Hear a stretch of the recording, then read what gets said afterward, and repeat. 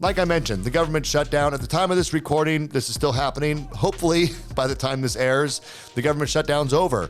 I don't know though, because it sure seems to be at a bit of a stalemate at the time that I'm recording this. But more interestingly is that interest rates have not really improved at all during this time. It's been a very flat mortgage market, but I do feel like this is going to have an impact on the economy in a negative way. And I think it's going to have a negative impact on jobs as well.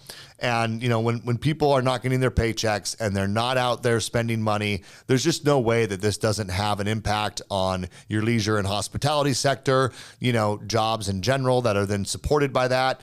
We've already seen weakness in the labor market. I'm so bummed still that we missed out on September's jobs numbers here at the first part of October. So everything is pointing towards weaker labor numbers and weakness in the economy. You know, the Fed is currently priced in, I believe, at 96% was what I read yesterday, but I've also heard that it's 100% of a rate cut at the next meeting.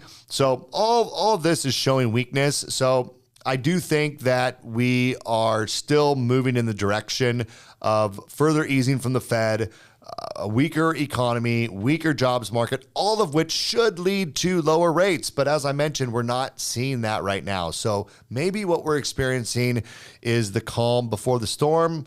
You know, let's hope, but it's not time to lose focus. And I think that's kind of my main theme here is we have to stay diligent in what it is that we're doing.